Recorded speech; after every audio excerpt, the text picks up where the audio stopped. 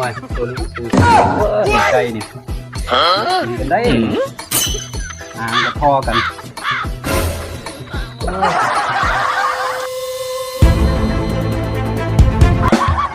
ซูซีไ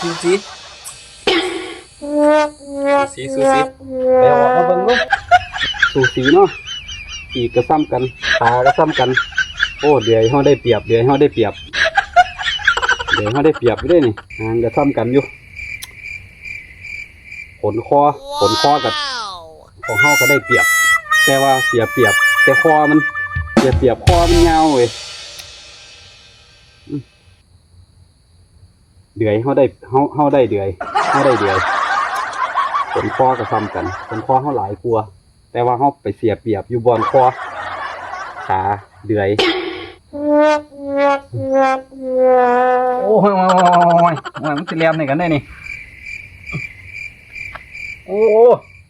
ก็ธรรมดาที่กันตัวนี้ขาเนี่ยโอ้ยตัวนี้หอนมันคือเงาเลยตัวนี้โอ้แต่ว่าตัวนี้ใหญ่กว่ามันตีกันได้บ่นี่โอ้ตีกันได้นี่ตัวนี้คอเงา